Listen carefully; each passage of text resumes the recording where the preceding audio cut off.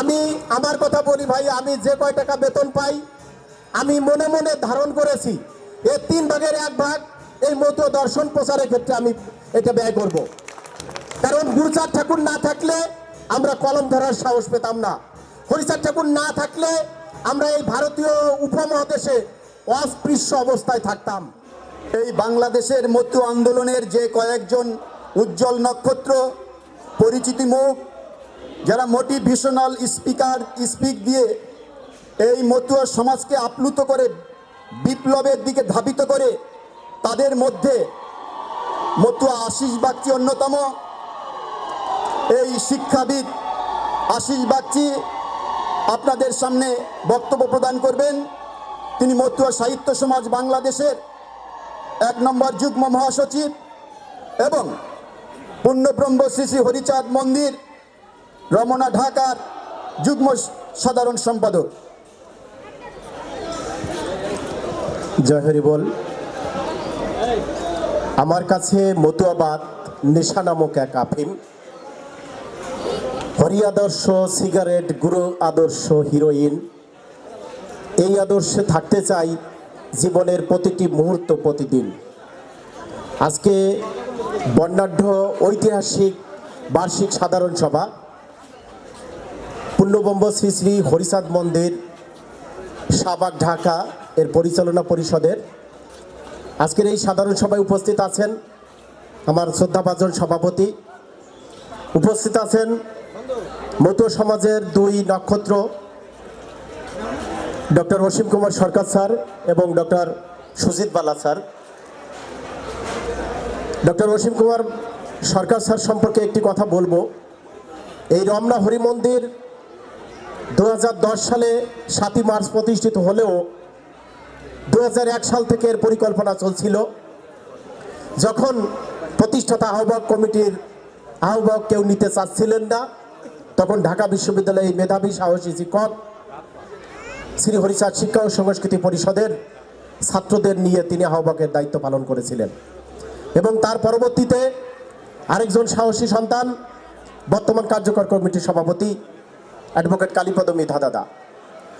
এই ক্রান্তিকালে তখন তারা দায়িত্ব নিয়ে আমাদের এই ঢাকার বুকে একটি মন্দির প্রতিষ্ঠা করার অগ্রণী ভূমিকা পালন করেছিলেন। 2010 সালে 7ই মার্চ এই যে কয়টা ফেজ আমরা দেখতেছি চারপাশ দিয়ে, এরাই স্বপ্নদ্রষ্টা, এরাই বাস্তবায়নকারী এবং তৎকালীন ছাত্র সমাজ যারা চেয়েছিল ঢাকার বুকে একটি মন্দির প্রতিষ্ঠিত হোক, এর সাথে সংশ্লিষ্ট যেভাবে যে জড়িত আছেন সবাইকে কৃতজ্ঞতার সহিত আমি শ্রদ্ধা নিবেদন করছি। মঞ্চে উপস্থিত আরও আমাদের সেক্রেটারি মহোদয়বৃন্দ আছেন, আমি তাদেরকে ধন্যবাদ জানাই। আমি কয়েকটি গুরুত্বপূর্ণ দিকে আমি একটু আলোচনা করতে চাই। আমরা এই মন্দিরটি আসলে কাদের জন্য এবং কেন এখানে এত একটি বর্ণাঢ্য আয়োজন সম্ভব এবং কেন এই মন্দিরকে কেন্দ্র করে এত উৎসাহ উদ্দীপনা, সংক্ষেপে যদি বলতে হয়, আমরা সারা বাংলাদেশের প্রতিটি কর্নারে যে সকল মতুয়ারা আছি তারা বিভিন্নভাবে ঠাকুরবাড়ি কেন্দ্রিক মতুয়া মিশন বা সঙ্গে আমরা জড়িত আছি, কিন্তু আমাদের যারা কোনো সংগঠনে জড়িত হতে চাই না বা আমরা চাই শুধু হরিচাঁদ ঠাকুর, গুরুচাঁদ ঠাকুর আমাদের আদর্শ হোক, সেই সমস্ত মতুয়াদের একটি প্রাণ কেন্দ্র হিসেবে কিন্তু এই পূর্ণব্রহ্ম শ্রী শ্রী হরিচাঁদ মন্দির আস্তে আস্তে উজ্জ্বল নক্ষত্রের মতন চারিদিকে আলোকবর্তিকার মতন ছড়িয়ে যাচ্ছে।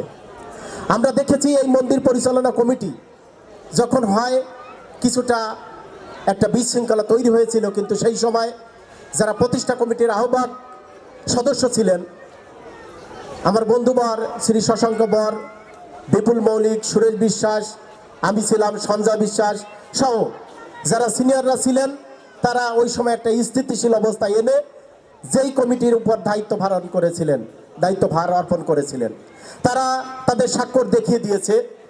একটি বছরে 34 লক্ষ টাকা আপনি যাইতেই মনে করতে পারেন না।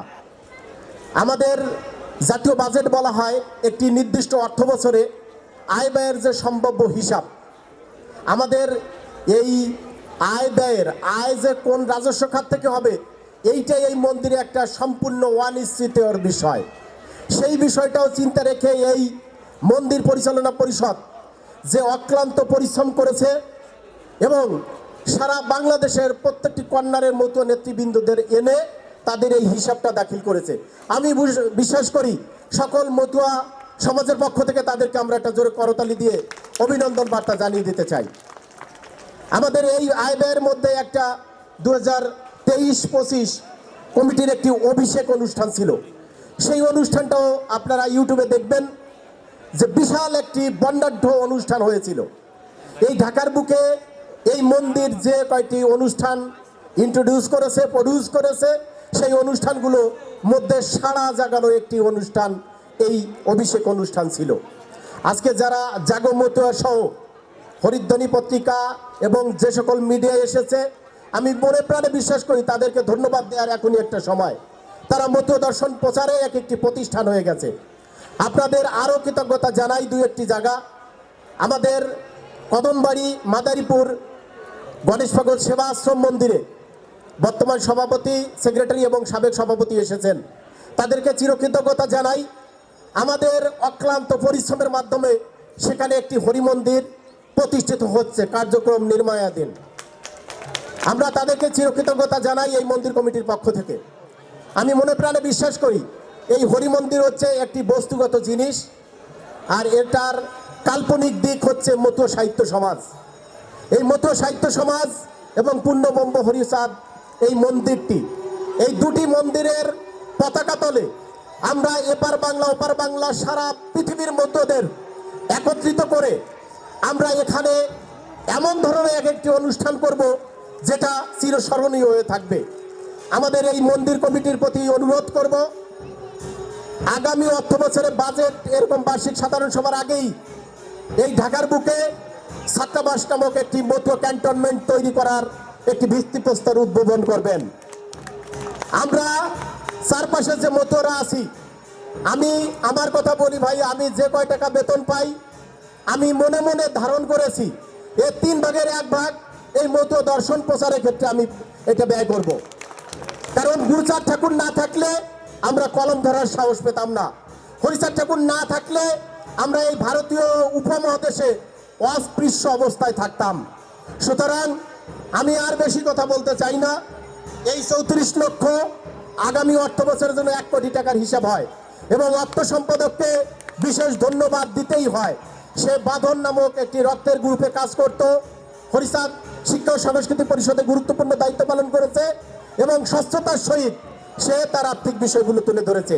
এই মন্দির পরিচালনার সভাপতি, কার্যকর সভাপতি, সাধারণ সম্পাদক মহোদয় নৃপেন্দ্রনাথ হীরা, এই নেতৃত্বের অনেক ভুল ত্রুটি থাকবে, কিন্তু সাধারণ সদস্যদের এটুকু অনুরোধ করব, আমরা যারা দূর দূরান্তে থাকি এই নেতৃত্বের প্রতি আস্থা রেখে আপনারা আপনাদের সার্বিক সহযোগিতা, আর্থিক, মানসিক, শারীরিক সহযোগিতা দিয়ে একটি অপ্রতিরোধ্য রোড মার্চ হিসাবে এই পূর্ণব্রহ্ম শ্রী শ্রী হরিচাঁদ মন্দিরের আগামী উন্নয়ন বাজেট কার্যক্রম সুন্দরভাবে পরিচালিত হবে, সেই আশাবাদ ব্যক্ত করে আমি আমার এখানে বক্তব্য শেষ করছি।